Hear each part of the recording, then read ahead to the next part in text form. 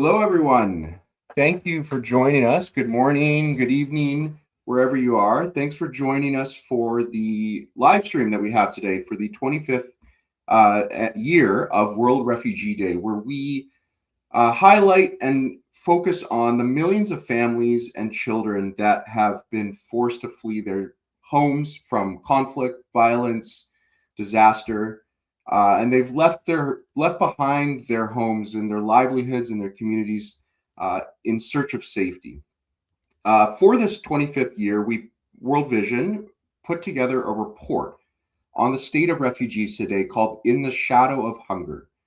It's the humanitarian needs are growing and the funding is dwindling, and we wanted this report to reflect some of those realities today.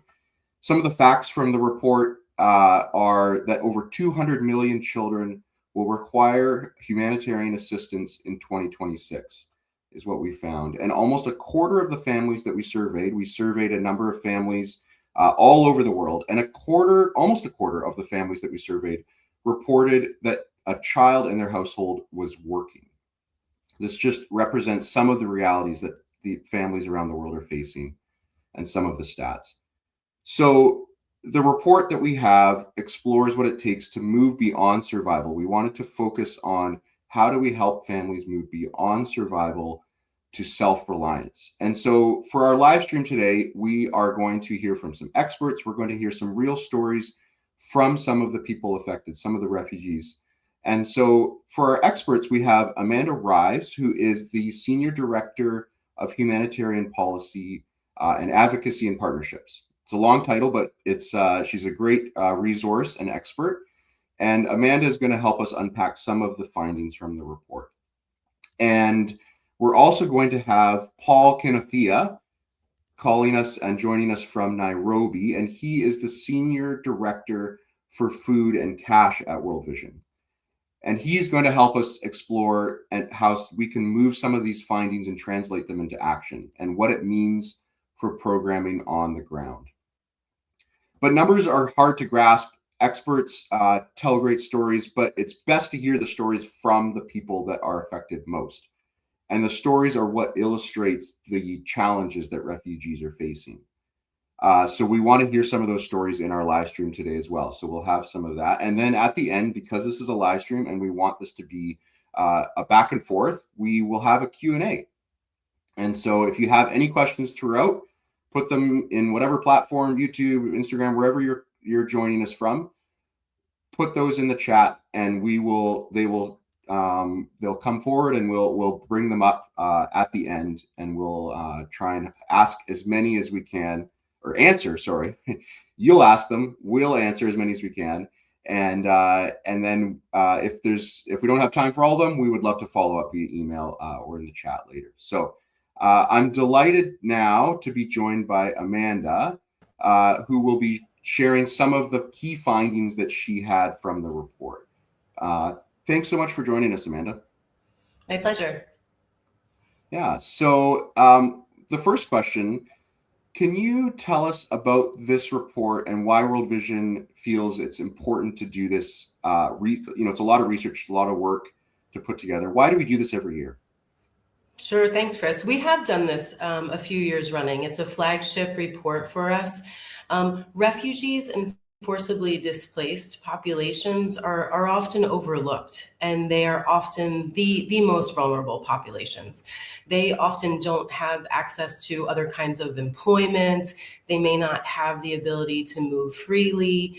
They may not have documentation or may have not gotten a proper education. Now, many children who are refugees and displaced in camp settings may be spending the majority of their childhood in a camp setting. So this is a population that's heavily dependent on aid. And that's because these are due to factors really beyond their control. In this year's report, we surveyed 3,500 households. in Bangladesh, Wow. Burundi, Chad, Colombia, DRC, Myanmar, South Sudan, Uganda. So it's a broad array of context, largely of refugees, forcibly displaced populations, internally displaced populations, as well as host communities. And the research really gives us a very clear picture, especially this year, of how hunger, forced displacement, and the very real aid cuts are affecting children, right? Because that's very much our focus. Yeah. World Vision's focus, the focus on children. And I want to underline that we've never seen cuts in aid like this so deep and also so abruptly. This did not give aid workers, institutions like ours, populations time to prepare and find alternatives. This was deep and fast. And children, you really only have one childhood. If you're spending your childhood in a place where you cannot play and learn and grow, that's time that you don't get back. That's why we do this report. Yeah. So, what were some of the significant findings that emerged from your perspective? So more than half of the households that we surveyed were found to be in moderate to severe food insecurity. What that means in very practical layman's Yeah. terms is that they had not eaten that day or the day before. Wow. And so just let that sink in for a minute. If you're like me, you probably didn't have a proper lunch today. We've been busy these days with this report launch. If you haven't eaten today, if you haven't eaten yesterday, just really what that feels like. And in places like South Sudan and the DRC, that number goes up to more than 80%. So more than 80% of households of refugees in those kinds of places, in those two places in particular, are severely food insecure. So And cuts and that's the assistance. children as well, right? That's children. And that's the whole family. Absolutely. Yeah. Absolutely. These are the whole households. And so, there's a lot of talk on cuts and assistance in our sector. We're constantly talking about this. This means real people being able to eat. This means food Yeah. rations, which sounds like a technical term, but it's really the amount of rice and flour and beans and oil that we're able to distribute, depending on the country and the context. And when those rations are cut, that means that that children are really not eating. We'll get into self-reliance in a minute. I know you have a question coming up on that, but we dove into self-reliance in this report. What the survey showed us of the populations that we interviewed, 70% of the households had no savings, no assets to sell. 57% were forced to take on debt, like significant debt, to buy food, to access emergency health care, which happens. And just 2% of households had an actual like formalized job in like the formal sector. So these are populations, again, they are heavily reliant on aid and food security and on food assistance. And that just seemingly evaporated overnight in many places. Yeah. And just something really small there that you mentioned, like taking on debt. I just want to highlight, like, that's not sort of the debt that maybe you or I or others are used to at a bank often. This is like very high interest, very informal debt. So it's stuff that's going to balloon really significantly. So it's a serious issue. Um, you've touched on some of this, but I'm curious what these findings tell us or tell you about the impacts that the cuts have had on children and families. Yeah, so I mean, of course, the immediate impact is hunger, and I Yeah. think we can all unfortunately imagine what it is to care for or try to Yeah. provide for a hungry child, which is certainly one of the most devastating things that I think parents and families must grapple with. But then all of the negative coping mechanisms kind of kick in as time goes on. There are horrible choices that parents, that communities have to make, and these begin to show up everywhere. Our own research found in communities and households that food insecurity increased. When food insecurity increased, children were 4 times more likely to drop out of school. They were 5 times more likely to be separated from their families. And boys and girls were 7 times more likely to be married off as a child or forced to go out and beg. And Chris, I've had in my role the privilege to go to some of these places, Hmm. and I was in Kakuma refugee camp last year when Oh some yeah, of I've been the there. cuts were, yeah, they were really Yeah. kicking in. And we're one of the world's largest food assistance providers. To try to explain and discuss with communities what's coming, that rations are going to be cut, other kinds of assistance is going to be cut. They're wondering, well, what's going to happen? What are the alternatives? What do we do? In Cox's Bazaar, for example, I think you may have been there as well. We heard stories of an increase in suicides amongst parents and caregivers. These are just incomprehensible, I think, choices that parents, that families are forced to make. And the children that we work with, that we serve, that we seek to listen to here, our finding is that they have been twice as likely to directly experience abuse, neglect, violence when aid and rations are cut. This is what this actually looks like in a very, very vulnerable population. Hmm. Yeah, I was in Kakuma a couple years ago. This is actually before some of the more recent aid cuts, and they were showing me, a bucket of like this is the ration they would normally get. The This is scoopers, the bucket that they're already getting. Like we yeah. already had to cut, and it was just like to see like a month's food for them in one spot was really, it stuck with me. And that again, I want to reiterate that was before some of the most recent cuts that have happened. So I don't even can't even imagine what they're going through now.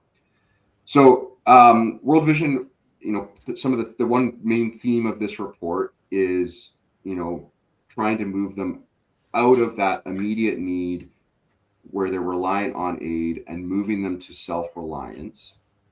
Why was that chosen as an important focus for the report this year? Yeah, we tried to highlight different issues. Each year we've done this flagship report for the past few years. For this year, we knew that aid was going to be way down when we started. When we started collecting the research, it was already having a really significant impact. So we wanted to see what difference self-reliance made. Some of that was anticipated, that having higher level of self-reliance would be a good thing. But we also wanted to try to measure and really calculate and flush out how would that impact children directly. And self-reliance, it may sound like a technical term, but in my opinion, it's not. It's the ability to provide for your basic needs, for your family's basic needs, principally food, some healthcare, some shelter, without outside assistance. And as I mentioned, over half of the population that we surveyed here were reliant already on outside assistance as it was being cut. They are largely not employed. They do not have opportunities to work for no fault of their own. They lack savings, assets, and they're often now carrying enormous debt. Just on your debt point, Chris, our finding was that not only did they not have savings, they no longer had assets to sell. That's a really important distinction, because that means you have nothing left to sell except what you can do with your own children and your family. So that's what we're really talking about. And so what did the households tell us? What did parents, providers tell us? They wanted the opportunity to work, to build skills, to have documentation, to be able to move about freely. And then the really interesting part of this research for me is the direct impact on child well-being. That is completely quantifiable in this report. We found children in households with higher self-reliance were significantly less likely to drop out of school, experience child marriage, need to find work. Just to give you, a few stats, they had a 38% lower chance of leaving school, a 56% lower chance of having to go beg or work or engage in other exploitative activities for food. They had a third less chance of being married off as a child, which is most likely the case to a much older man. That's a real issue that we've been seeing growing. So the emergency food assistance is critical. Like, I don't want to give the wrong message here. Emergency food assistance is absolutely critical. We do that with our partners, with World Food Program, which supported us and engaged with us on this report. But we're finding, especially with the declining funding, investing in self-reliance will help families get beyond survival mode to withstand these shocks, and really just be able to provide for their families with the dignity that they deserve to do. Mm-hmm. So you've highlighted a lot of key findings. Is there any last sort of key messages that you want people to take away from the research? Yes, for sure. Number one, cuts in assistance, which sounds very technical in today's world, we're seeing everywhere. This is pushing children and families in crisis deeper and deeper into hunger and vulnerability. We need to be absolutely clear on that. So significant, sufficient quality funding is absolutely needed. But secondly, investing in longer term self-reliance has a direct impact in child well-being. It seems like common sense, but it's measurable. We can document that this has a direct impact on child well-being now and into the future.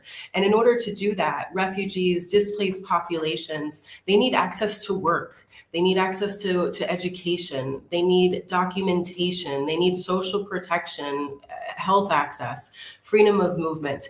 And there are countries that do this well. This is not a pie in the sky kind of proposal. There are examples of host countries that are doing this quite well. You'll know well, Chris, that the majority of the world's refugees and displaced populations are in countries that are adjacent to them, or in their own countries that are experiencing conflict, impacts of climate shocks. So host countries can and are doing this, and we need to incentivize and support them.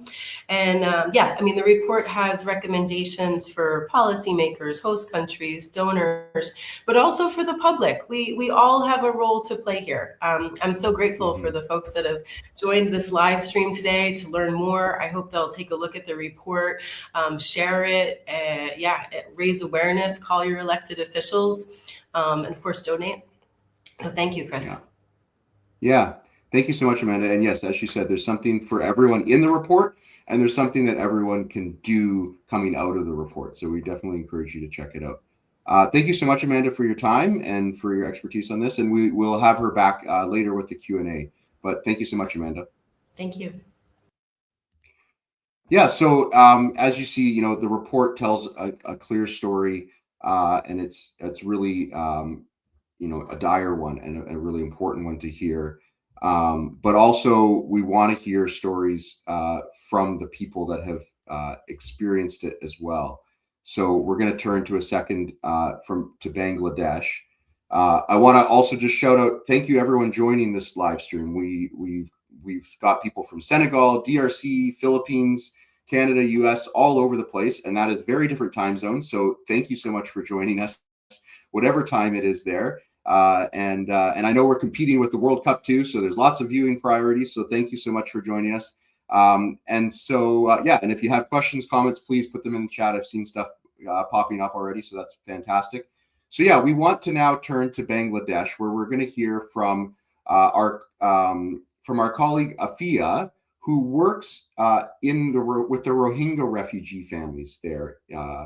And we want to learn a little bit more about the challenges that they face and the programs that we have and the work that we do to build that theme of self-reliance.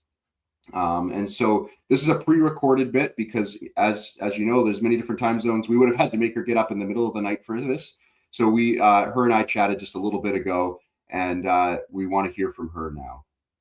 If you could share a little bit with me and our audience about, I understand you work in Cox's Bazar with the Rohingya. Can you share a little bit about, for people that may not know the full story, just some of the context of what's going on there right now and some of the challenges that the Rohingya people are facing? Yeah, okay. Like Bangladesh is currently hosting nearly 1.2 million Rohingya refugees in Cox's Bazar, making it one of the largest refugee settlements in the world. As one of the most densely populated countries, Bangladesh facing additional pressure on resources and services. Rohingya families fled severe violence in Myanmar and have now lived in displaced for over 9 years with no clear solution. Ongoing funding cuts are further affecting essential services and increasing vulnerabilities. So life in the camp is extremely difficult with overcrowded and fragile shelters exposed to disasters, restrictions on movement, livelihoods, and education create long-term uncertainty. Uh, from a child protection perspective, children face high risks due to limited access to education, safe space, and services. And gender-based violence is also a major concern, especially for women and girls, with increased risks of domestic violence, early marriage, and exploitation due to economic stress and limited support service. The children are facing the fact that they can't access education, and their parents are not able to work in the area. Is that right? Because of their status. Yes. So they're totally reliant on aid. And I understand that in the recent months and over the last year, Yes. there's been significant aid cuts from WFP and significant aid cuts because of the lack of funds that have come in. How, maybe talk a little bit about that and how that is impacting children on the ground. Aid cuts are having a very sharp impact in Rohingya children and families as funding decrease, essential service such as food assistance, healthcare, education program, child-friendly space are being reduced. So, placing already vulnerable households under great strain. So overcrowding, poverty, and limited livelihood opportunity further worsen these risks. Like emergency issues such as online gambling and drug use are also contributing to household stress and child protection concern. As also the gender-based violence remains a significant concern, especially for women and adolescent girls. Like economic hardship increase the risks of domestic violence, harassment, early marriage, and exploitation, while reduce support services leave survivors with fewer options for assistance. In some cases, women are working while their husband remain unemployed, and the income earned by these women is taken and used by their husbands for gambling, leading to economic abuse, emotional distress, and increased GBP. So because of the lower amount of funds coming in, the parents are going into different sort of desperate strategies in order to bring in money. So the men are gambling, Yeah. the women are forced to work, and then the men are taking that and gambling it. And so what have you seen with the children of those people, or you don't have to talk specifics, but just how has a children's life changed in the last year? What were they able to do before and they're not able to do now? Or I must say, children also involved in gambling. The Really? adolescent boys, especially involved in the gambling, the online gambling, and they also think if they earn little bit money, it's help for their family. But this thinking is positive way, but it's increase the violence and the vulnerability also. Yeah.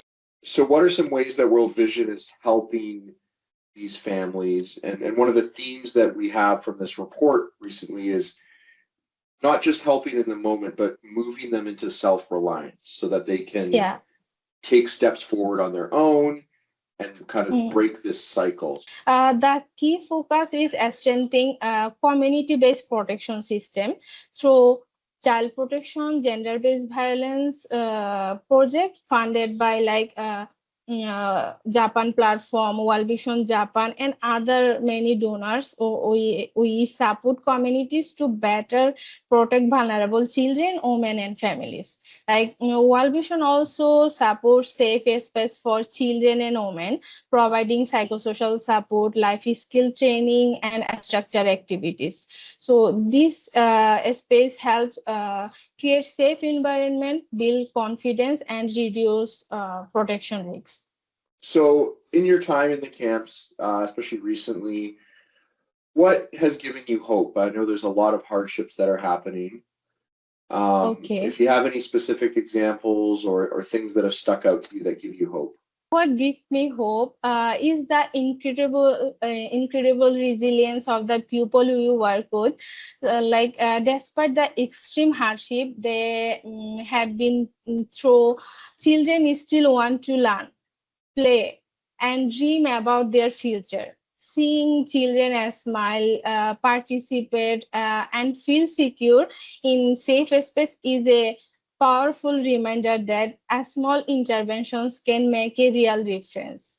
I also see hope in the strength of women and girls who are supporting each other, speaking up, and seeking safer lives, even in the most difficult circumstances. That's great.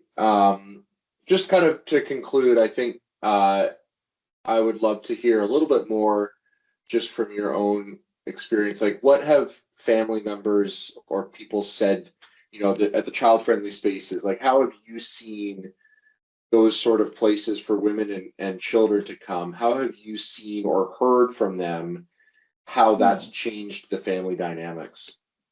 When they came in our country, they don't have so much knowledge on education and also general life related knowledge. So like every organization, we do so many awareness session and talk about their rights, how they get their service in the camp area.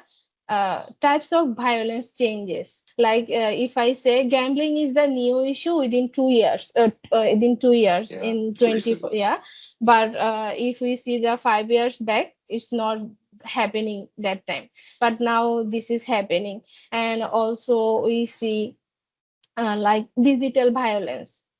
And now we work on these topics. And so what you're saying is World Vision's given that option. They have a place to go to first learn about what these different Yes. gender-based violences look like, identify it for themselves or those close to them, and then they have an avenue to try and remove that and remove themselves from those situations. And then what you're saying too is there's new challenges that come up. So gender-based violence has been a challenge for a long time, obviously. Yeah.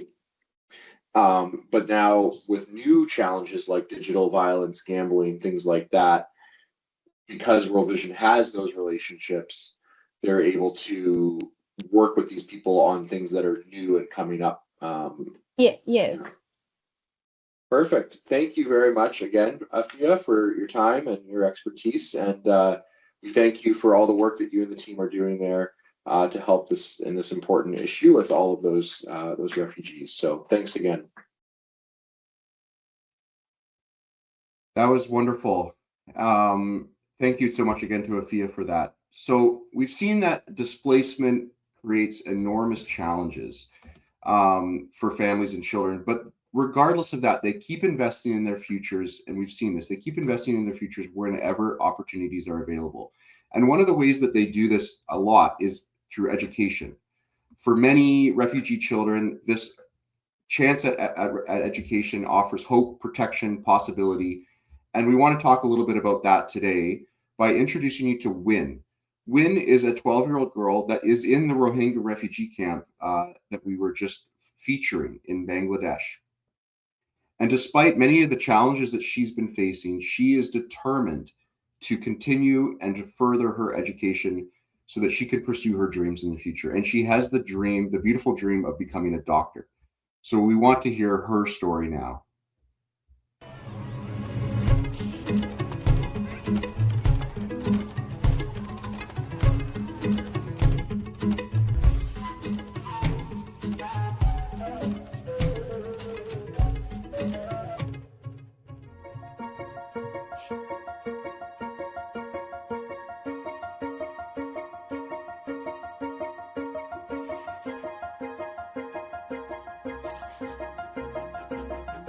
অনেকখান সমস্যা বোঝে আমি বাবু বুঝে অনেকটা সমস্যা তো বুঝি না kidnap করেছে আবার এর মাইমেন নতুন যে বেশি ফিরাছে এর জন্য কিনে যে ইন একটু যাতে না পেরে মাতি মা দূরে যা বলে যে মা করে মাতি যাতে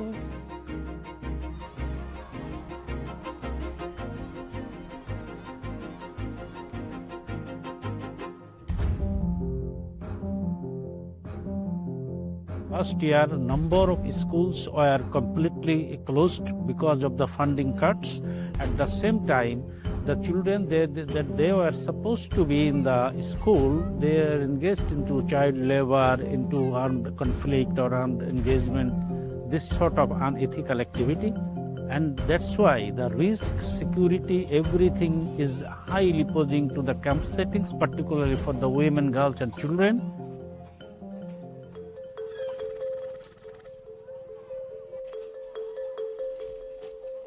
দশ ডলার দিয়ে আগে দে খরচ সরক গিরে ওদের মাসের কি মাসে খোলা খাইতাম রাশন চলে দে তেলিম বাদে আর কিন্তু কিনে খাইতাম ইন কিনো হইতে এখন রাশন হমদের দে ইয়ানল জরিয়া মাসে তো রাশন লের বাস কে তো হাম নাই দে মানুষ আছে সরি নাই দিলে মানুষ আছে হদে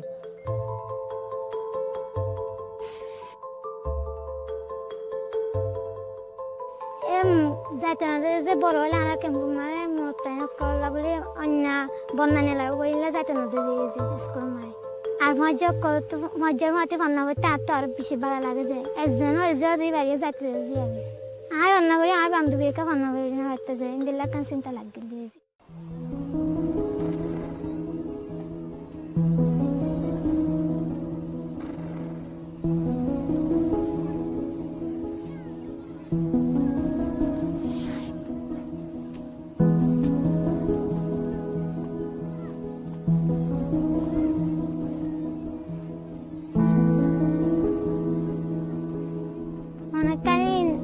Kadin aku tu zar mai menu kalau tu je, mau tanya kalau tu mai menu biar kami orang mana zuri na, mai menu kalau tu lagi tu zuri.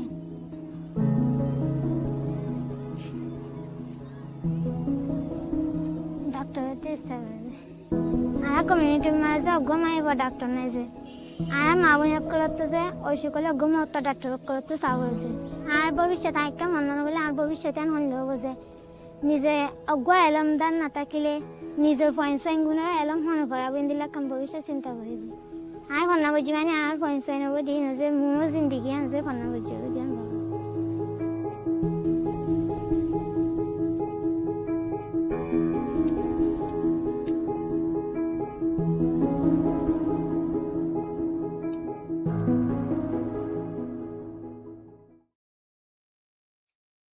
What a wonderful and inspiring story from Wynn. I love that she identified needs in her community, even in her situation, and she wants to become a doctor so that she can help in the future.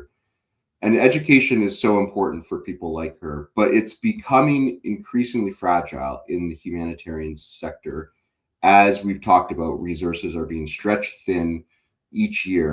And so education is one of those things that ends up going when the needs get greater. So I want to turn to Paul in a second, but I want to just shout out everyone on the chat. I've been looking through the comments here. So many great questions, so many great comments. I want to shout out Gabriel, who is in Darfur, Sudan, in a refugee camp watching this. There's also people from Burundi, Iraq, Cambodia. We're getting people from all over. There's a great conversation happening. So thank you so much for joining us.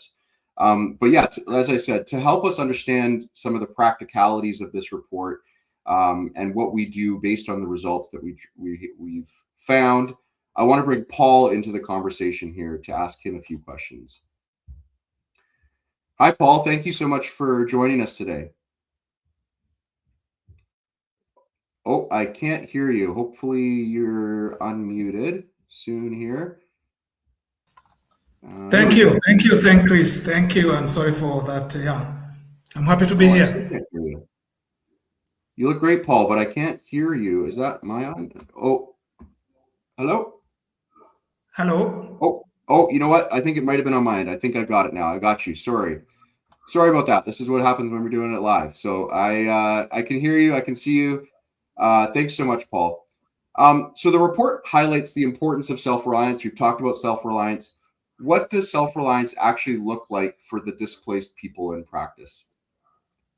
Thank you, Chris. And You know, self-reliance is some of the basics that sometimes we miss it, but basically self-reliance means for a displaced family can mean meeting their own basic needs with dignity. This can be through income, this can be participating in markets and services rather than depending on the continuous external aid. So this can mean earning a stable income. And when we talk about earning a stable income is where we talk about the shift from aid dependence to income generation. And in this piece, we have great programming like in Uganda, where refugee families are able to cultivate allocated land and be able to produce on their own. Self-reliance can mean meeting basic needs without regular aid. And a displaced family receiving temporal cash support uses it to start poultry business or small business and eventually being able to sustain their food and income independently. It can mean assessing and participating in local market. And this is where displaced people are economically integrated and not isolated in camps. A good example is in Syria, where refugees in Jordan participate in local labor markets and running home-based businesses. Self-reliance can mean food security through their own production. And as I mentioned, where a household will establish small gardens, vegetable gardens, that improves their diet, diversity, and reduce food cost. It can mean financial inclusion. And financial inclusion, a good example is where women in displaced setting form saving groups that allows them to invest in small enterprise and being able to manage some of the shocks that they are going through.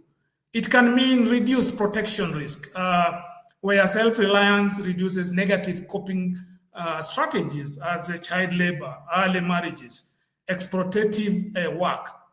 Good examples where they're able to afford their basic needs. Children are more likely to stay in school instead of working. It can mean where there is inclusion in the national systems, refugees being included, for instance, in national school feeding programs or health insurance schemes so that they're able to take. So basically self-reliance is not about no support. It's about transitioning from the short-term aid to more sustainable systems where displaced families can be able to earn, access services, and participate in markets. Mm-hmm. Fantastic.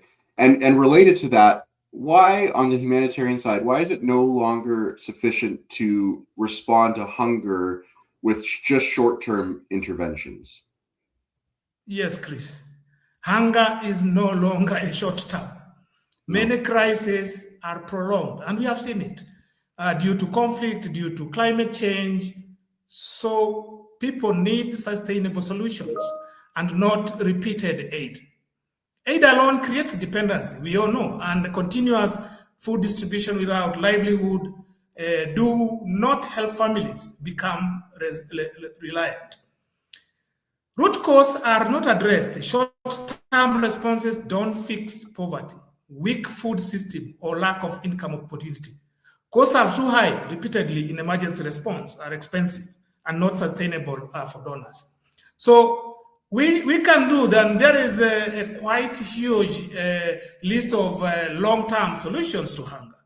As I have talked about, livelihood and income generation. We have areas where we have vocational training, small business support, and job creation, supporting displaced families to start tailoring, small retail or food business. We are talking about climate smart and resilient agriculture, where we have drought-resistant crops, irrigation, and sustainable farming practices. We have a homegrown school feeding, which is more of the national system we are talking about, and it is linking school meal to local farmers, where farmers can produce food that is used for school feeding programs. Strengthening our local food system, investing in storage, transport, and access. We are talking about the whole about saving groups, and this has worked so well in some of the programs where we have been able to support farmers by forming them in groups where we link them to loans, and they're able to support themselves by producing for themselves. We are talking about including them in the social protection system, government-led safety nets.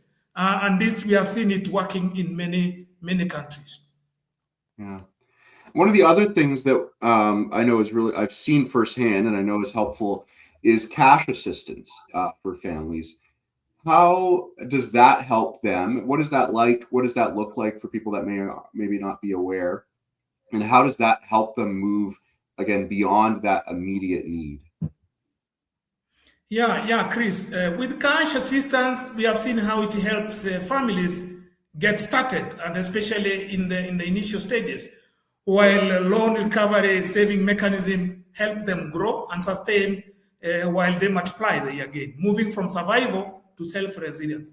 Cash assistance gives families the flexibility to invest in livelihood, not just meet immediate needs, helping them generate sustainable income. Cash allows families to start or expand small businesses, not just buying food. We have seen this, and as I mentioned, you might see having 2 or 3 chicken as something very small, but for a refugee, that's a lifeline.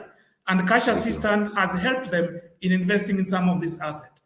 We have seen the loan recovery and saving models building discipline, allowing households to grow assets and reinvest over time. Rural recovery through saving groups or microfinance encourages saving, repayment, and reinvestment. Access to capital helps households diversify income sources. So, promoting dignity and decision making, families choose how best to invest the resources based on their need. For example, when we have the village saving groups in some of the countries, they have enabled households to turn small cash into thriving micro enterprise and sustained income. Mm-hmm. Mm-hmm. Yeah. So how do these things, many of these people are in places where there's probably going to be future shocks to the system, future things that affect them. How does these resilience programs reduce the vulnerability that they may have to future shocks? So the resilience programming, it has worked for families to have skills, income, and system in place to withstand shocks without falling back into crisis. As I've mentioned about the climate smart agriculture, farmers adapting drought-resistant crops and irrigation, like in Ethiopia, have maintained harvest even during poor rains, reducing resilience on food aid. The saving groups that I've talked about, with savings and access to small loans, can absorb shocks. We have seen where we have programs, and I want to use an example in Uganda, where farmers have been formed into saving groups and linked to the microfinance where they get loans, and they are able to build as they move on that. So without selling the asset or skipping meals, they are still able to kind of absorb this shock. As I have mentioned, homegrown school feeding has been one key intervention that we see is great for linking schools to local farmers. So producing reliable markets for this increasing farmer income while ensuring children consistently access nutritious meal. Cash or livelihood support in refugee setting use cash to start small business and farm production, leading sustainable income. And we have seen great of some of the refugees supporting themselves 100%. They still need little support of training and support here and there, but we have huge number that have been able to support themselves. So just to conclude, for you, and what should organizations like World Vision and others, how should we change our programming in response to the evidence that you found through this report? I would say the future is smarter. Integrated programming that allowing helping families withstand shock and building lasting reliance, self-reliant. So we need to think about moving from short response to system. So mainly shifting from the repeated food assistance, as Amanda mentioned, is still critical, but we need to see how do we strengthen local food system, markets, and government-led programs. I think the whole piece about us scaling integrated approaches, combining cash, livelihood, nutrition, and resilience programming rather than standalone intervention. All those interventions have to go hand in hand. So prioritizing self-reliant pathways, so designing program with clear transition from emergency support to income generation and financial inclusion. So talking about investing in shock responsive systems. So building programs that can adapt to climate, conflict, and economic shock, linking humanitarian response to social protection. Strengthening our localization and partnership. Work more closely with local actors, governments, and private sector to ensure sustainability and scale. So at the end of it all, the whole thing about thinking long-term is critical from day one. So as long as we are doing those survival basic support, but thinking the end of it so that it is more sustainable and thinking how do we build that self-reliance as it brings dignity and discipline to the refugees that we support. Thank you so much, Paul, for your expertise there and for joining us. We'll hear a little bit more. We'll have him back in a little bit with for some of the questions. We see your questions. We see all the chats. Thank you so much for collecting them. We will get to as many as we can soon. But first, I want to now move to South Sudan, actually. And I want to introduce you to Shufa, who is a young girl. And after fleeing violence, she was forced to leave school. This is a reality for many people in these situations. And she had to help her family work to support their needs.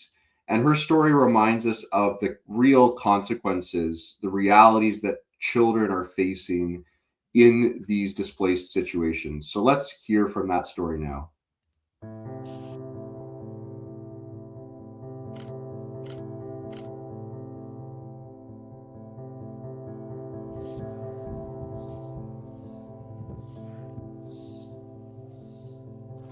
لكن هسه من جيت هنا عندي 3 سنة وحاجة ماشية للسنة الرابعة ولا لقيت كتاب قريت فوقه ودار ننسى القراية ذاته.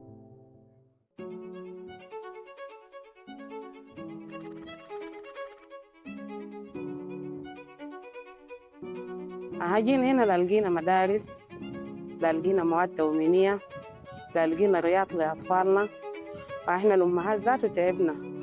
طبعا من القروض دي ما انتهت تاني ما في حاجة. احترنا نعمل شنو؟ الأولاد صغار. أنا طبعا اللي بقيت مسؤولة. بنتي الكبيرة دي بقت شغالة معي، بنمشي الحطب سويا، بنجي من الحطب قدر اللي عندنا ذاك بنخطه بناكله. هي معاها أخوها اللي عمره 8 سنة ده، هي بيشيل الجردل وهو بيشيل الجركانة، وهنا بمشي السوق. When they drop out of schools, they will like the future for them is not very bright, because we know that children who have not gone to school, they will be looking for ways to survive. Some of them will resort into stealing, others will resort into child labor. They will be going to the markets, going to the community, trying to look for jobs, that are not equivalent to their age. This will be the results. The results they are the ones that are not desired because of food insecurity.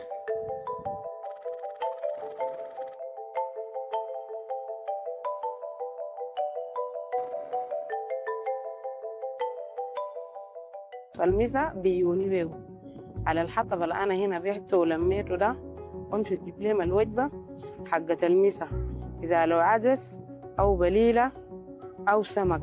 طبعا ديل الوجبات المكتفيات هنا 4 سنة.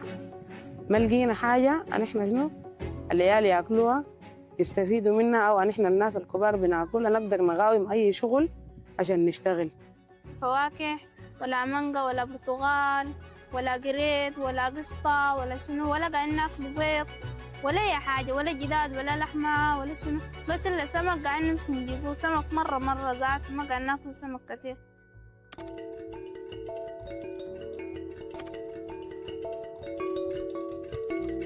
لو رجعوني المدرسة أنا بكون فرحان وبلقى صحبات، برجع للقراية زمان، بتذكر بقري.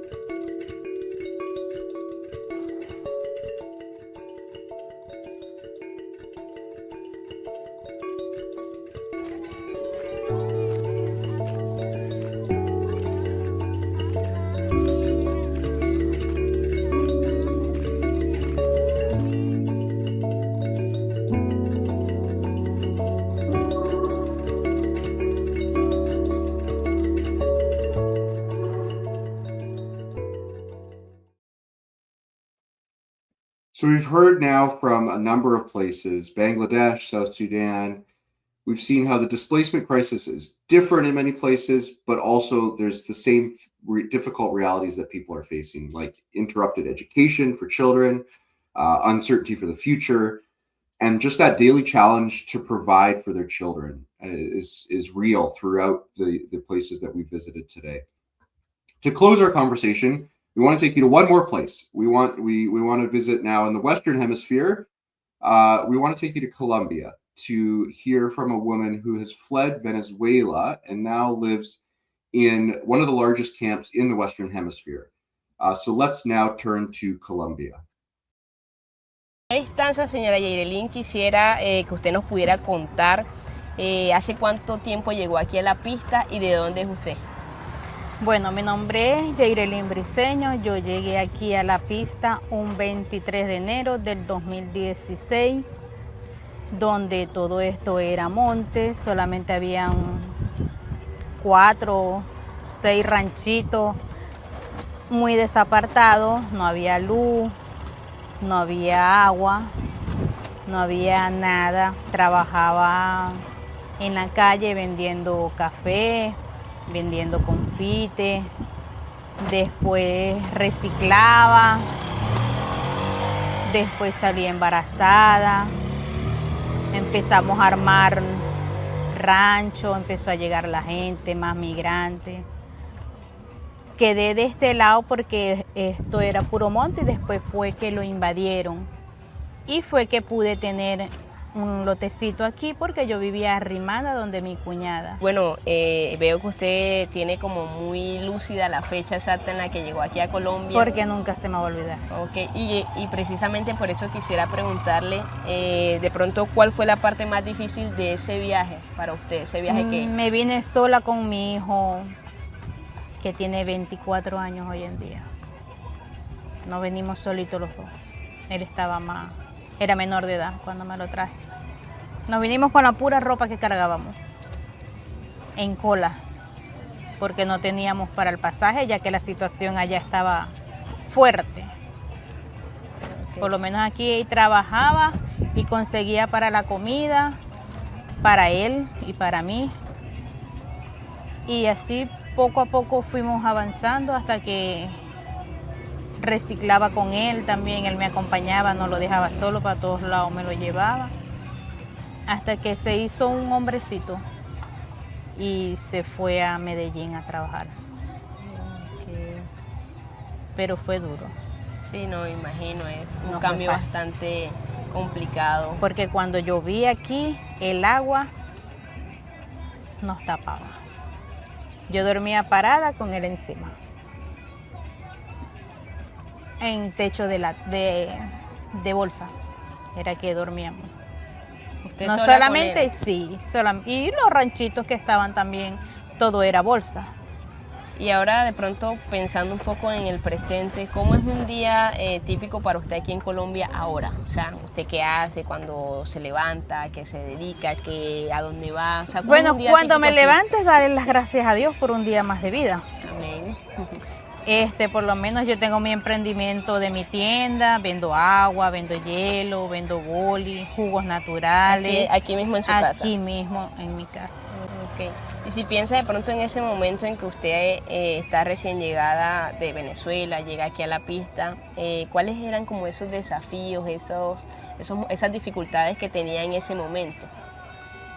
Bueno, desafíos, me imagino era que no tenía dónde vivir, o sea que estaba arrimada con otras personas. Okay. Y eso para mí era difícil, pues. Quería un lugar seguro para mi hijo y estar como más tranquila, poderlo atender a él, ya que era menor de edad, para que no me agarrara ningún tipo de vicio. Y gracias a Dios, bueno, nunca fue así. ¿Y qué siente que de pronto a usted le ha ayudado a recuperar la estabilidad aquí en Colombia? ¿Cuáles son esos aspectos que le han ayudado a usted? Bueno, por lo menos la salud, porque yo soy diabética. Y un medicamento allá, o sea, un control de diabetes, cuesta mucha plata. O sea, aquí usted tiene Y acceso aquí, a salud. sí. Okay. De hecho, hoy fui a retirar unos medicamentos. Okay. Es decir que de alguna u otra manera aquí estás recibiendo atención en salud, Sí, educación, sí, sus en hijos. todo. Ajá, y mi Okay. hija también. De pronto, no sé si hay algo que usted quisiera decirle a las personas que puedan ver este video, que quiere que ellos entiendan con respecto a la migración, los desafíos que tiene una persona migrante, o cualquier mensaje que usted quiera compartir en relación a esto.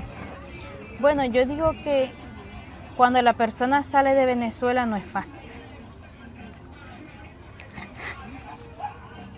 Porque uno deja a su familia, ¿me entiendes?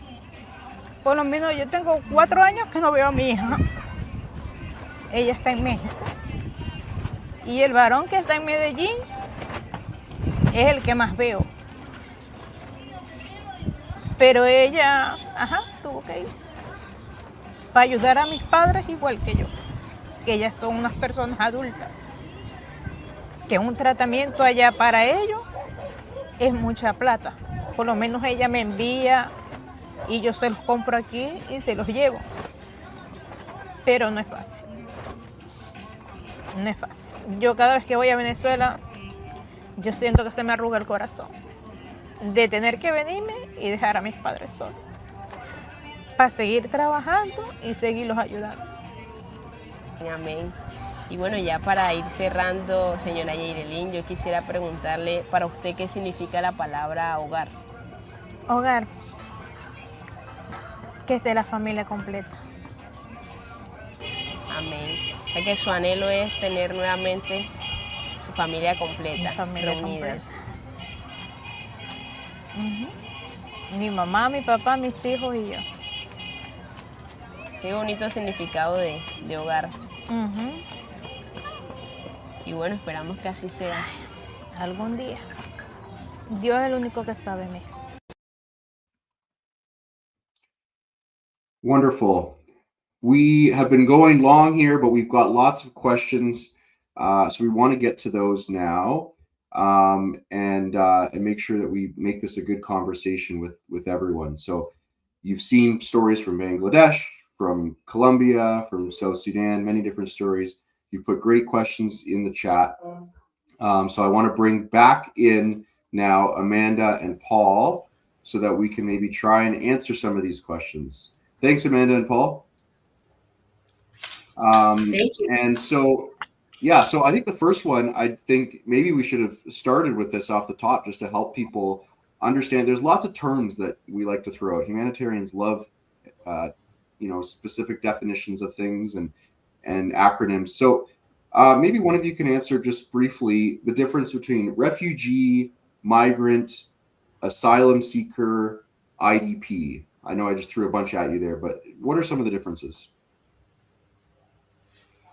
Sure, I can take that, Chris. In essence, they're all migrants, right? There's lots of different kinds of people who are migrating. Refugees are a population that have crossed into another country seeking protection. Asylee or asylee seekers are in the process of trying to get refugee status.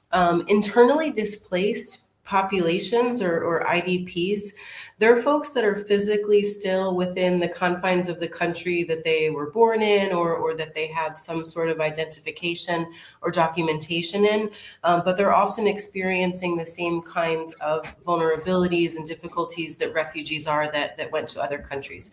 And migrants overall, there are also people who migrate for work reasons, for family reunification. So that's kind of the simple explanation. Again, this report specifically looked at populations who were forcibly displaced, who did not want to leave their countries, their homes. Refugees, IDPs generally they're not leaving because they want to. They're leaving because of conflict or climate shocks or other kinds of disasters. And they're in need of protection, and they have the right to that protection. Fantastic. Thank you so much. That's great. We got a couple questions sort of on this theme, and I think it was great. We talked earlier about how this report is for everyone and how there's something that everyone can pull from it and everyone can do something. And we got a couple questions related to if you're a youth or a teenager, what can you do? Adipto, sorry if I mispronounced, said, how can youth-led forums at the national level collaborate more effectively with international leadership to drive impact for children's rights? And then another one was, what can we as teenagers do? So what, this is to either of you, what's something that a teenager or youth can do in this? Sorry, Paul, I want to take that one as well, because I really, really loved this question. What can teenagers do? Let's go ahead. Take it. I have a recent teen and a preteen myself, so I feel that I'm well qualified to talk about what teenagers can do. And this also applies to youth-led forums and youth movements. Yeah. I think learning the stories, not just the headlines, is so important. Really understanding what's happening. Use your voice. You have a voice no matter where you are. World Vision believes deeply, deeply in child and youth participation. This study itself sought to understand the lived experiences, but also the solutions that children and youth put forward, because they are powerful. You can also act very locally wherever you are. Challenge any negative language that you're hearing. We know that refugees or displaced populations, even in their own countries, can face discrimination, racism, rejection. You can challenge that. Teenagers, children, you can really set the tone and the path and welcome newcomers. You can raise funds, you can raise awareness. If you're a person of faith, you can also pray, of course, but don't underestimate your influence. Teenagers can really change the narrative. And this goes as well for the question about connecting youth-led forums or perhaps local or national movements to international movements. There's plenty to do. There's plenty to engage. And I'd mentioned, Chris, as well, there was a question on volunteering that I saw.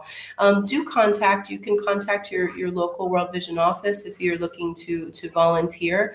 And whether it's World Vision or somewhere else, get involved, use your voice. My 13-year-old brought us to a soup kitchen just 2 weeks ago to serve folks who, many of whom are refugees in the country in which I live. And those small things, perhaps one weekend or one day when you're reaching out to refugees or newcomers in your own community, that can create an enormous cascading change. Mm-hmm.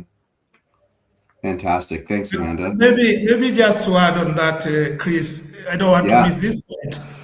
I think one of the things that, somebody would ask, are we getting reduction in the number of refugees? But to be sincere, looking from 2000, where we had about 16.9 million, today, 2026, we have 41.6 million. So the number has been increasing. And if you look, the drivers of displacement is basically conflict.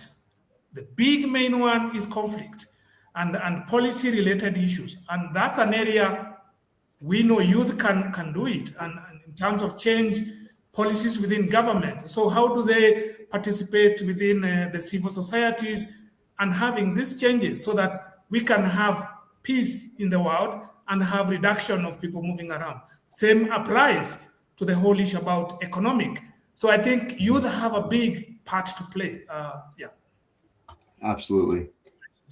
Another question here that we got is, how many countries does World Vision work with? Where are we? Well, you don't have to list off all the places we work, but what's the scale here? What are we talking about as far as how many places World Vision does interventions? So maybe I'll check that. And World Vision, we are currently operating in 100 plus countries. But for our food assistance, where we are supporting the food assistance cash, is about 30 countries, but 100 plus. And for World Vision, as you know, we do humanitarian work. At the same time, we do developmental work. So there is those two kind of support that we do with a lot of advocacy and seeing how we are able to change the world. So, but the focus for World Vision mainly is child focus, and our work is about how do we support children. And Amanda, maybe you can take this.